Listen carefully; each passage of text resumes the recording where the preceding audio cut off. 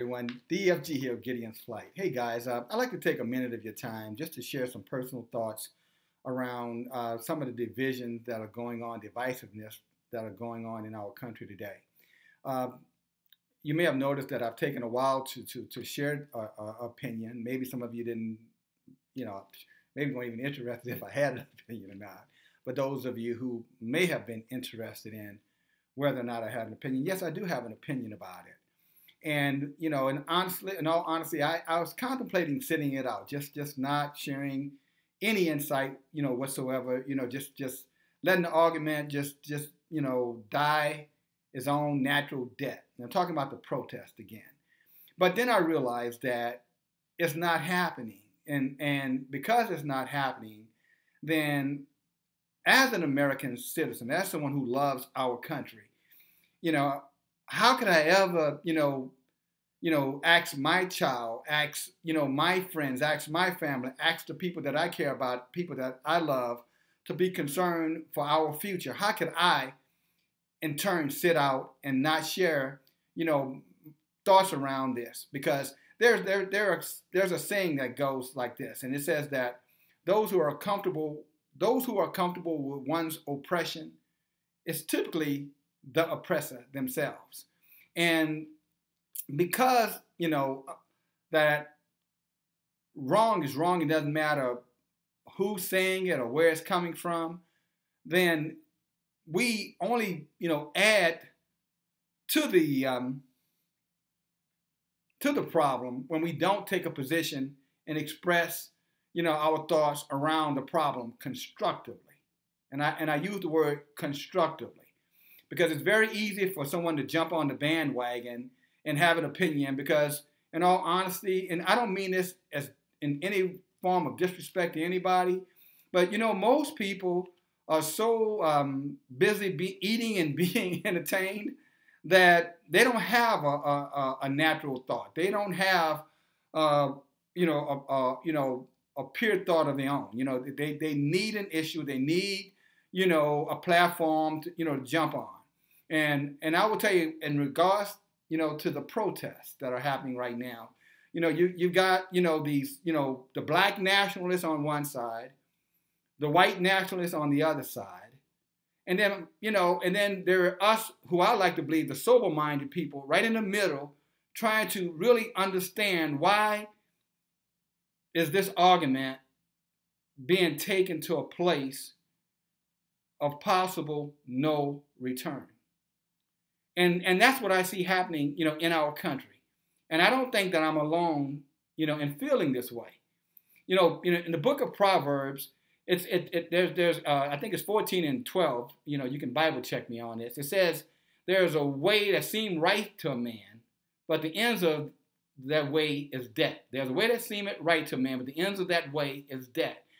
And what Solomon is saying in that proverb is that sometimes, you can believe, you can be sincerely wrong. You can have a strong conviction about something, but because you haven't fact-checked it, or because you have been misled or disillusioned, that you are forgetting, to go back and ask the question to yourself, is this a logical position, or is this a logical argument?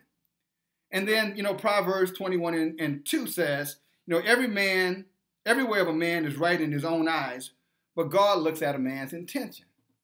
And I think when we're looking at this situation with the protests, for it to have become what it is today, it's just so far, over the top, that it's hard to really, understand, how did we miss the big picture here?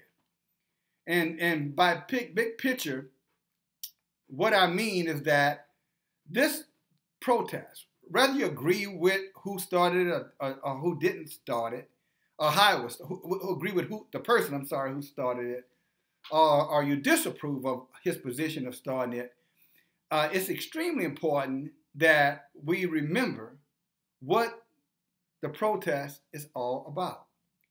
And the protest was about violence or aggression, in this case, by policemen towards African American men. And it's interesting because I've heard people say, well, some of the police are black or some of the people are Puerto Rican, so how do you make it a racial issue? Well, the truth of the matter, it's not a racial issue, it's a civil rights issue. And it doesn't matter who's violating one's civil right, whether it's a black male or a Spanish male or a female, it doesn't matter. What matters is, are we treating every citizen equally under the law?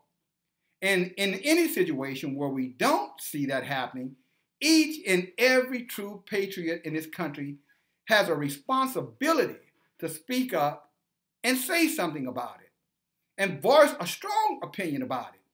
Because if you don't do that, if we don't do that, tomorrow it could be injustices that are directed at you, the silent one. Now there's a quote that says, him that is comfortable with one's oppression is the oppressor.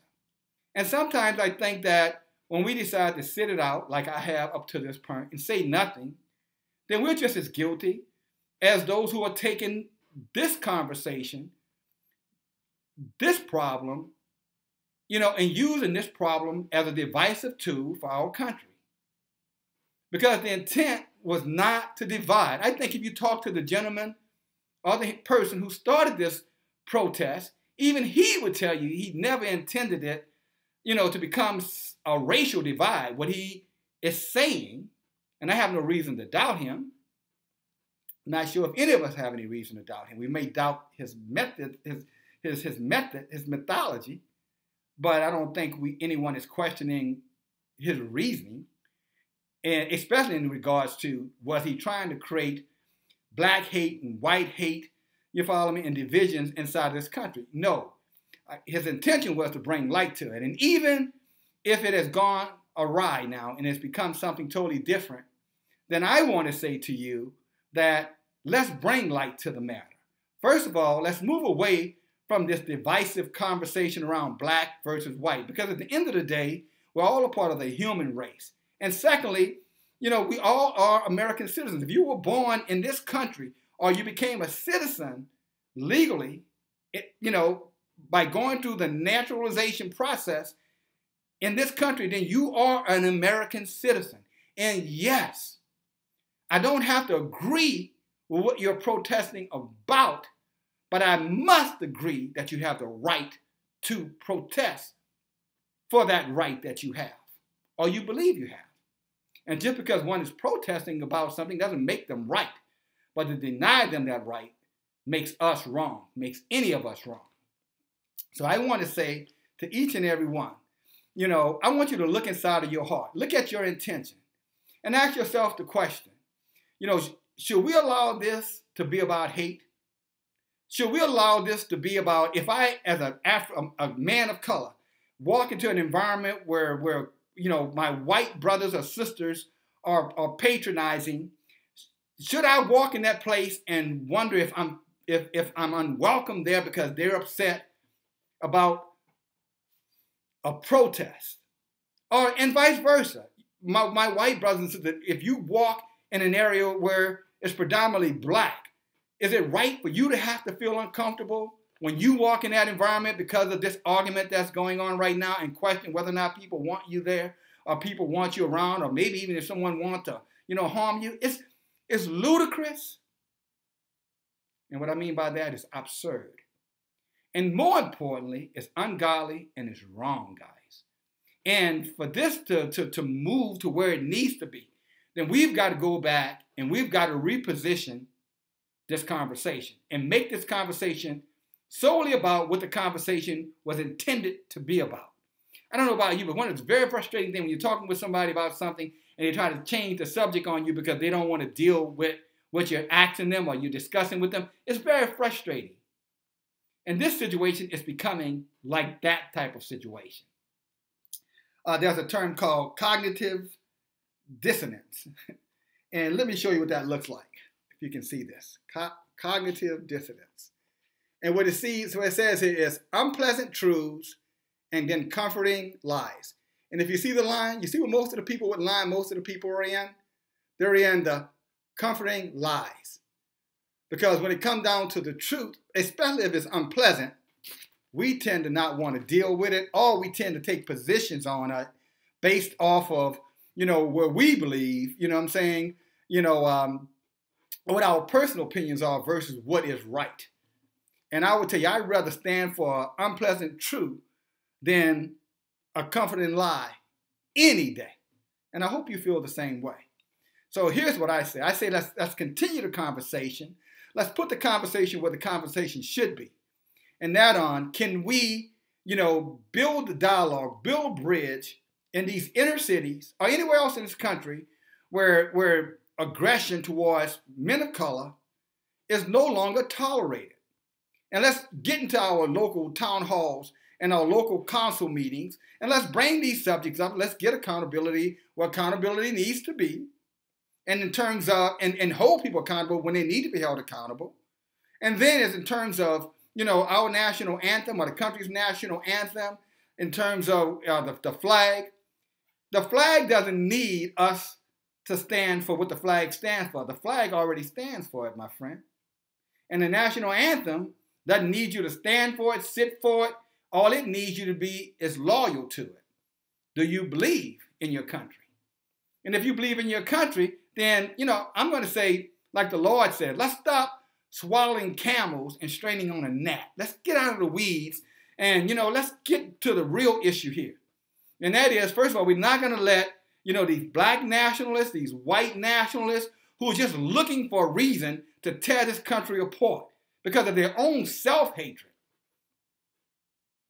Let's move away from them and let's show the world, more importantly, and our brothers and sisters in this country, that at the end of the day, an American is an American, and one for all, justice for one and justice for all.